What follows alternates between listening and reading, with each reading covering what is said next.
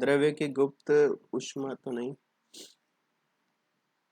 खाद्य पदार्थों के परिरक्षण में प्रतिऑक्सीकारक की क्या भूमिका होती है? खाद्य पदार्थों को खराब होने से बचाने या उनकी गुणवत्ता को बनाए रखने के लिए एंटीऑक्सीडेंट का प्रयोग किया जाता है, जैसे तेल, सिरका, सोडियम बेंजोएट, सोडियम मेटाबाइसल्फाइड। ये ऑक्सीजन के प्रति अधिक क्रियाशील होते हैं, स्वयं को नष्ट करके खाद्य पदार्थ को सड़ने से बचाते हैं।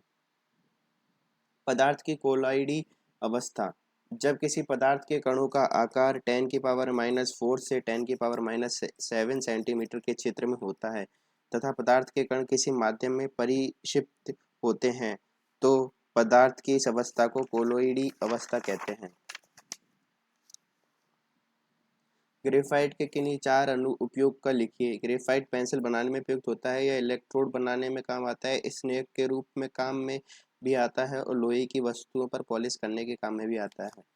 द्रव्यमान संख्या और द्रव्यमान संख्या किसी परमाणु में नाभिक में उपस्थित प्रोटॉन व न्यूट्रॉनों की कुल संख्या। ऑर्गेनोफॉस्फेट क्या है? ऑर्गेनोफॉस्फेट कार्बनिक रसायन में फॉस्फोरिक अम्ल के एस्टर को ऑर्गेनोफॉस्फेट कहा जाता है। ये कृषि व उद्योग दोनों में उपयोगी हैं। उदाहरण कीटनाशक मेलाथियोन, पैराथियोन, डाइजीनोन, फेनिथियोन, डाइक्लोरवॉस।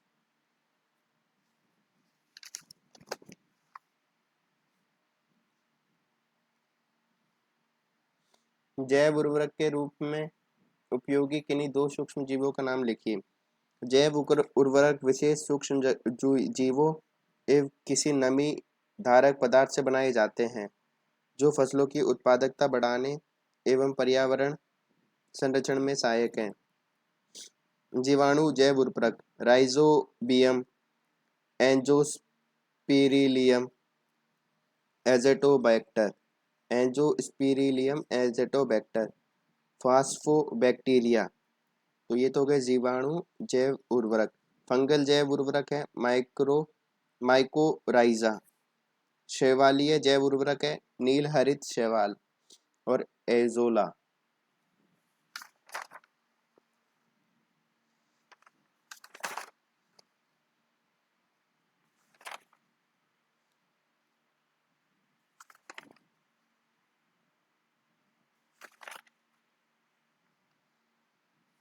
रेडियो सक्रिय किरणें कौन कौन सी हैं? इन किरणों के तुलनात्मक स्पष्ट कीजिए।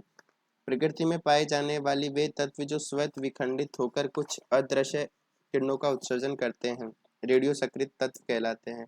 यह घटना रेडियो सक्रियता कहलाती है। रेडियो सक्रिय किरणें अल्फा, बीटा, गामा 3 प्रकार की होती हैं। अल्फा ये किरणें अति सूक्ष्म धन आवेशित की बनी होती हैं। अल्फा कण द्विआवेश युक्त हीलियम आयन, इनकी मात्रा हाइड्रोजन परमाणु की मात्रा के 4 गुना होती है। इनका वेग प्रकाश के वेग के लगभग 1/10 भाग का होता है। इन कणों का द्रव्यमान अधिक होने के कारण इनकी गतिज ऊर्जा अधिक होती है। ये किरणें फोटोग्राफिक प्लेट को प्रभावित करती हैं तथा जिंक सल्फाइड में स्फुरदीप्ति उत्पन्न करती हैं।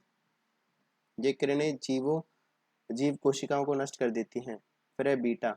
ये किरणें ऋण आवेश युक्त अत्यंत सूक्ष्म कणों की बनी होती है। ये किरणें इलेक्ट्रॉन का प्रवाह है। इन किरणों का द्रव्यमान हाइड्रोजन परमाणु के द्रव्यमान का 1/1840 होता है।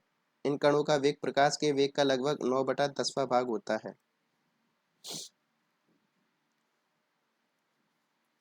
कम गतिज ऊर्जा के कारण ये इनकी अपनी आयन क्षमता अल्फा कणों की अपेक्षा कम होती है। ये किरणें फोटोग्राफिक प्लेट को प्रभावित करती हैं। ZnS व बोरियम प्लेटिनोसाइनाइड में स्फुरदी दीप्त उत्पन्न करती हैं। गामा किरणें ये किरणें उदासीन होती हैं। ये किरणें अति लघु तरंग दैर्ध्य वाली विद्युत तरंगे हैं। इनका वेग प्रकाश के वेग के बराबर होता है। अति उच्च वेग से गतिशील होने के कारण इनकी भेदन क्षमता अल्फा बीटा किरणों से अधिक होती है। इन पर फोटोग्राफिक प्लेट ZnS का प्रभाव बहुत कम पड़ता है। इन किरणों में जीव कोशिकाओं को नष्ट करने की क्षमता होती है।